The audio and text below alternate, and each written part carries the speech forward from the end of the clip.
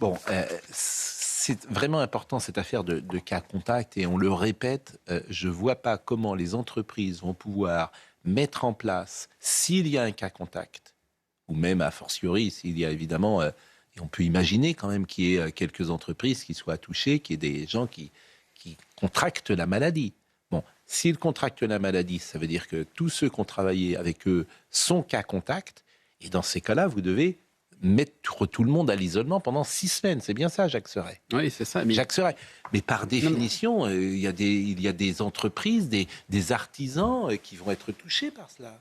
Non, mais l'autre interrogation, c'est on peut imaginer aussi que certaines personnes, et là on voit qu'il y a des cas contacts dans la nature et on ne sait pas où ils sont, qu'il n'y a tout simplement pas de volonté chez ces gens-là de se manifester et de dire qu'ils étaient à bord de ce vol.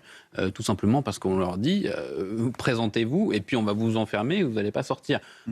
Sincèrement, lorsque vous n'avez pas de symptômes, vous n'avez pas forcément envie d'être enfermé dans une salle d'hôpital pendant 15 jours.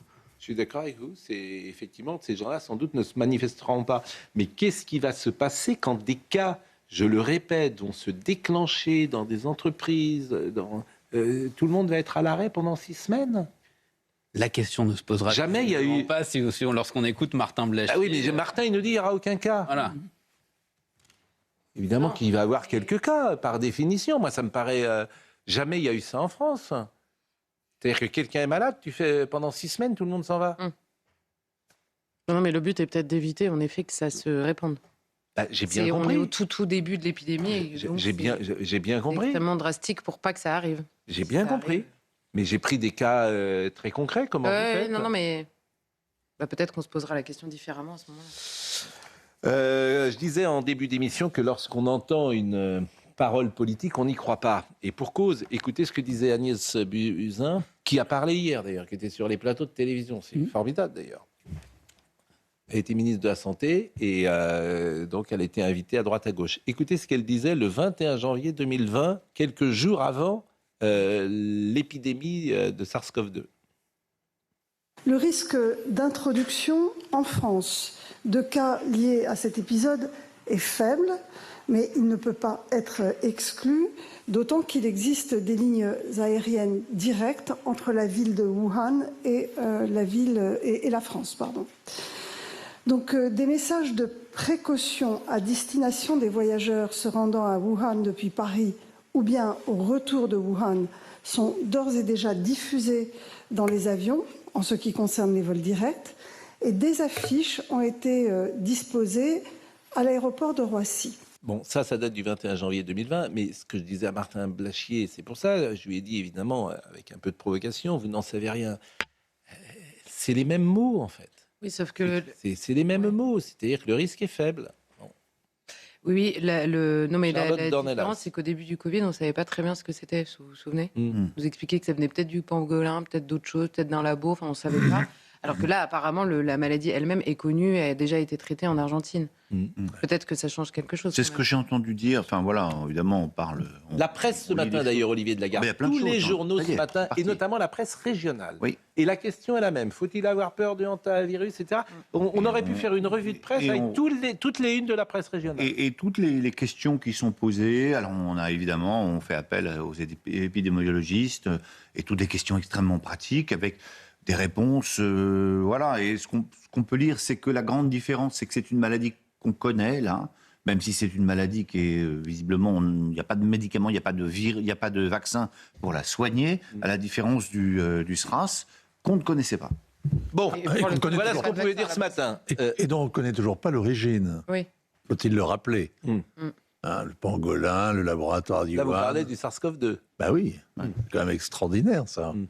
On n'a toujours aucune certitude sur est-ce qu'il a été fabriqué en laboratoire. Oui. Ah non, ça vous paraît secondaire. Moi, je trouve que c'est très très important. Mais on justement globalement, a priori, ça vient du labo. Voilà, ça vient du labo de Wuhan, quand même.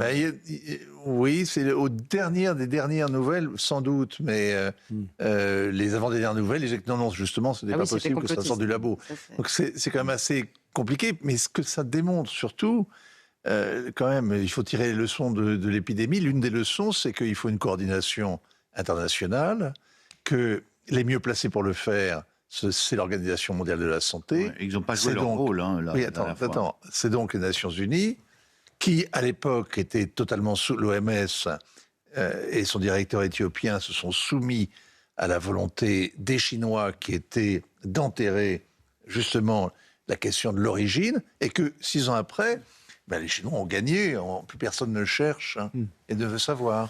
Bon, puisque vous avez la parole, parlons, parce que dans ce climat, c'est assez agréable, l'époque que nous vivons, c'est-à-dire que le hantavirus, la guerre, les difficultés économiques en France, c'est agréable, hein, cette période, les violences urbaines. Ça va très bien. Comment ? Et vous, ça va ? Ça va, oui, mais bon. Alors, on va écouter Donald Trump, qui a parlé d'un cessez-le-feu fragile. Vous me disiez hier que rien ne se passerait avant la rencontre avec Xi Jinping. Oui, il a dit que le cessez-le-feu était sous assistance respiratoire. Comme quand le médecin rentre dans la chambre et vous dit qu'il y a 1% de chance de survie. Donc j'imagine que Xi Jinping, avec une bonbonne à oxygène, et il espère que demain, on va pouvoir l'intuber. Non, franchement, c'est pas rassurant, oui. Bon, écoutez Donald Trump. Le cessez-le-feu est incroyablement faible. Je dirais que c'est le plus faible en ce moment, après avoir lu cette saleté qu'il nous a envoyée.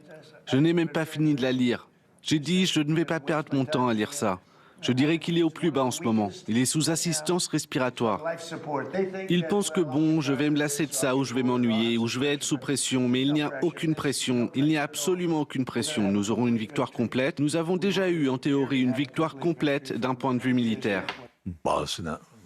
Alors, le patron de l'Aramco, la grande compagnie pétrolière, vous savez, saoudienne, a expliqué précisément que le plus grand choc énergétique qui ait jamais connu l'humanité était désormais certain, même si le détroit rouvrait aujourd'hui. Le plus grand choc énergétique, même si le détroit d'Ormuz rouvrait. Et parallèlement à ça, vous avez un responsable des Nations Unies qui est spécialisé sur cette question, qui a expliqué que la crise humanitaire majeure allait arriver d'ici quelques semaines et qu'elle était désormais inévitable. Je ne veux pas vous déprimer, mais ça, ce sont des certitudes. Les gens, ils vont plus ce sont des certitudes qui n'ont pas grand-chose à voir avec l'épidémie, parce que là, c'est garanti sur facture. Mais il y a des gens, ils ne vont plus nous écouter. Non, mais ils vont aller ailleurs, ils vont quitter la télé. Mais on leur annonce que des choses horribles. Il faut comprendre comment le malheur arrive. Vous ne pouvez pas rester comme avec le SRAS dans une sorte d'incertitude.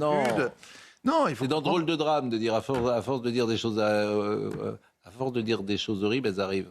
Et la hausse des prix, des prix du pétrole, les pénuries vont obliger Donald Trump à lâcher prise.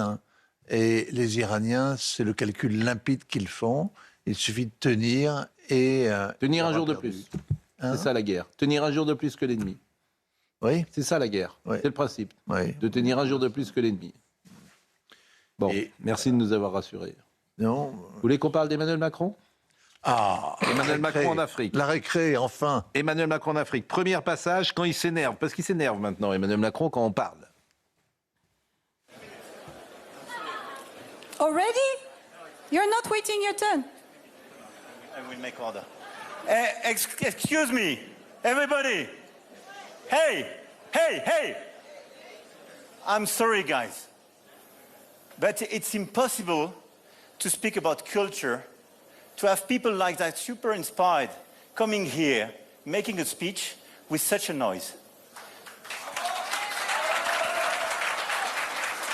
So this is a total lack of respect. So I suggest, if you want to have bilaterals or speak about somebody else, something else, you have bilateral rooms or you go outside. If you want to stay here, we listen to the people. And we play in the same game. Okay? Thank you. Bon, les auditeurs d'Europe 1 qui parlent tous anglais ont donc compris que le président de la République, on traduit ce qu'il disait. Mais vous qui êtes américanophile, il parle bien américain, il parle bien anglais, Emmanuel Macron ? Je ne voudrais pas être... Vous voulez que je dise ce que je pense ? Oui, c'est pas qu'à faire. Il parle assez médiocrement. Moi, ce qui me bluffe depuis qu'il est président, ça fait 9 ans, et qu'il fait fréquemment des incursions dans le domaine de la langue de Shakespeare. Ce qui me frappe, c'est que les Français, enfin beaucoup de Français, sont, notamment tous ceux qui ne parlent pas anglais, il y en a encore beaucoup, ils trouvent qu'ils parlent tellement bien anglais. Tous ceux qui parlent, parce qu'ils sont dans le business, etc., et que l'anglais est devenu une langue qu'ils utilisent tous les jours, tous ceux-là pensent qu'effectivement, il est très médiocre. Là, par exemple, il y a plein de fautes dans ce qu'il... Il y a 3 phrases et il y a plein de fautes. Bon, mais simplement, les gens sont ébahis. Oh là là, vous avez vu comme il parle anglais. Non, mais, là, il y a des fautes, non, parce que moi, je parle moins bien anglais que lui. Oui, je l'écris et puis on corrige les fautes, si vous voulez. Bon. Et guys, alors ça, c'est le côté... Là, je veux dire que non seulement je parle anglais, mais je connais les expressions. Alors, j'interpelle tout le monde. Hey, guys! Hey, les gars, venez! Aïe, aïe, aïe.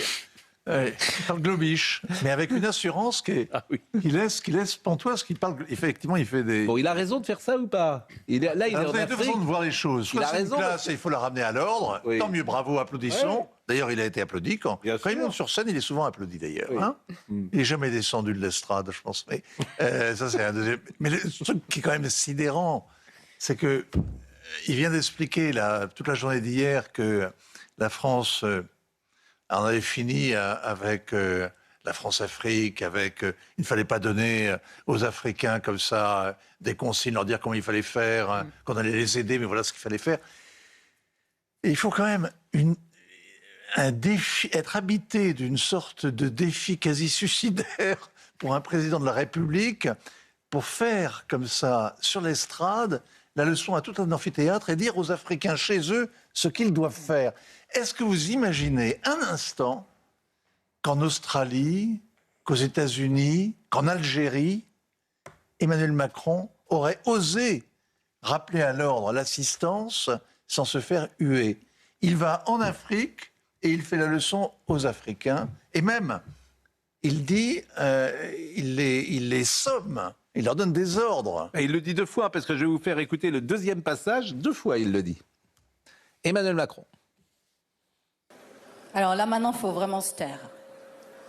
Si vous voulez parler à votre copain, vous pouvez aller un petit peu plus loin. Généralement, fait taire le bruit.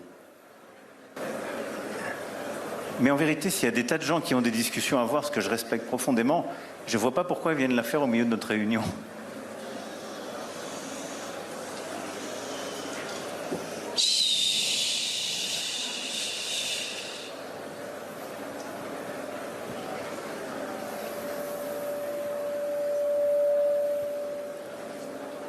Ok.